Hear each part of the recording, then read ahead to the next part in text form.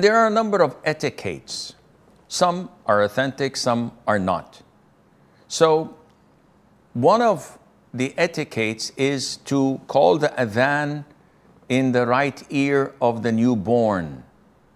And there is a hadith that Abu Rafi' reported, may Allah be pleased with him, but this hadith is not authentic according to the most authentic opinion of scholars, though it's an issue of dispute.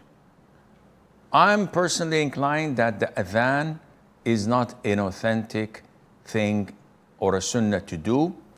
You guys and girls, according to their textbook, you have to follow when answering the questions that it is part of the etiquettes.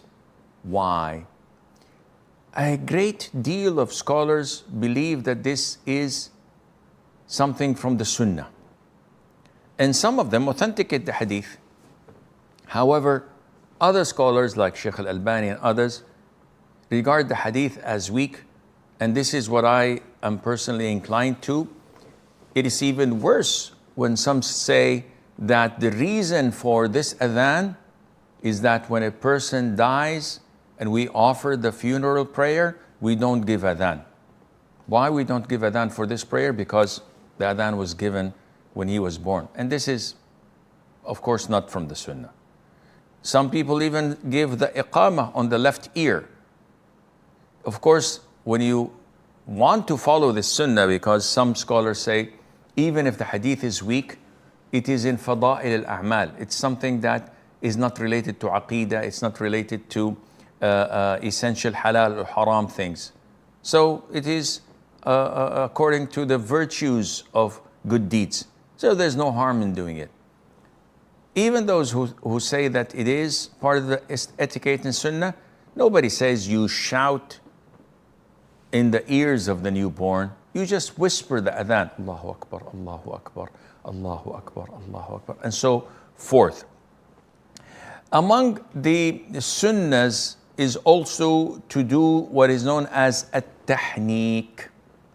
What is Tahneek? Tahneek is the moment a child is born, the sunnah was to bring it to the Prophet ﷺ, so the Prophet would bless them and do the process of tahneek, which is to bite a very tiny small, or to chew a very tiny small piece of date until it is almost moist and liquid-like.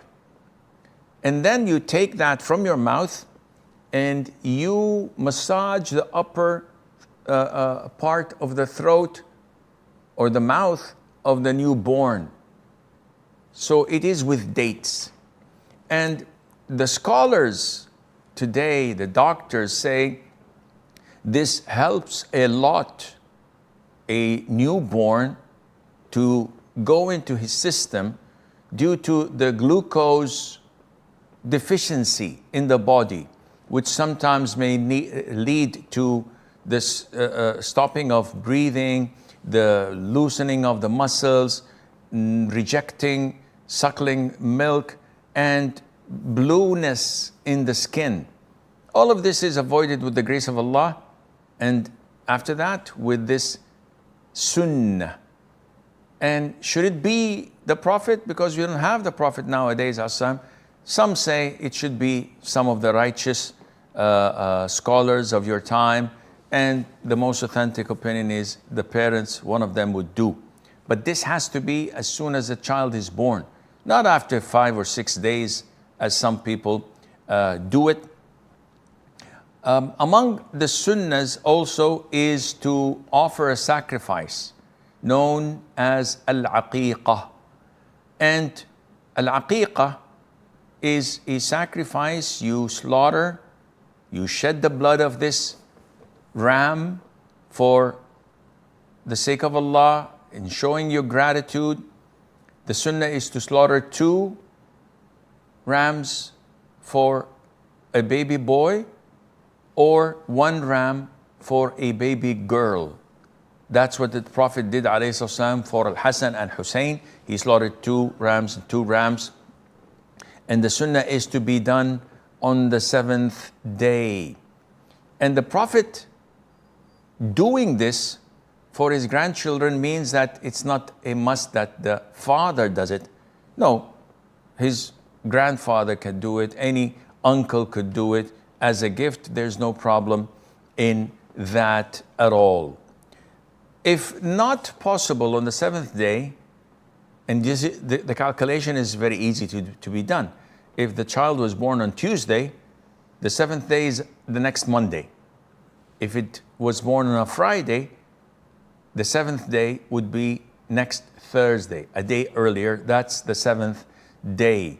So this is a sunnah to be done on the 7th day. Sometimes it's not feasible to do it on the 7th day. Some scholars say, then do it on the 14th or the 21st. So the multiplication of 7. And there is no authentic hadith backing it up, but this is what some imams used to recommend, such as Imam Ahmad and others. And if not possible, you could do it any day that you can. What to do with the meat? It's preferable that you do exactly what you do with the udhiyah. 1/3 you eat, 1/3 you give as a gift, 1/3 you give as a charity. But if you cook the whole thing and invite friends and relatives, this is also permissible, because the sacrifice is only to shed blood for the sake of Allah. Part of the etiquette is to name the child, but it is to be named on the 7th day, and also can be named on the same day of the birth, as the Prophet did with his son Ibrahim. But if you delay that on the 7th day, that would be fine, and it's not a big issue at all.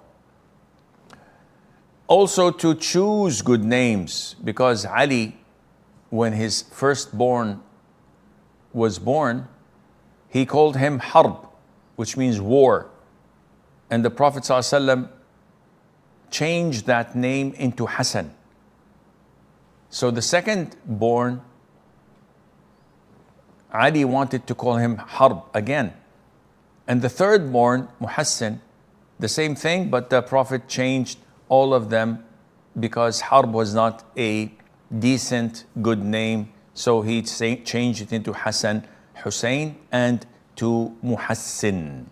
And this is an indication that it is the responsibility of the father to give his child a good, beautiful name. Unlike what they're doing today, giving their children names that are un-Islamic, just so that they can blend in.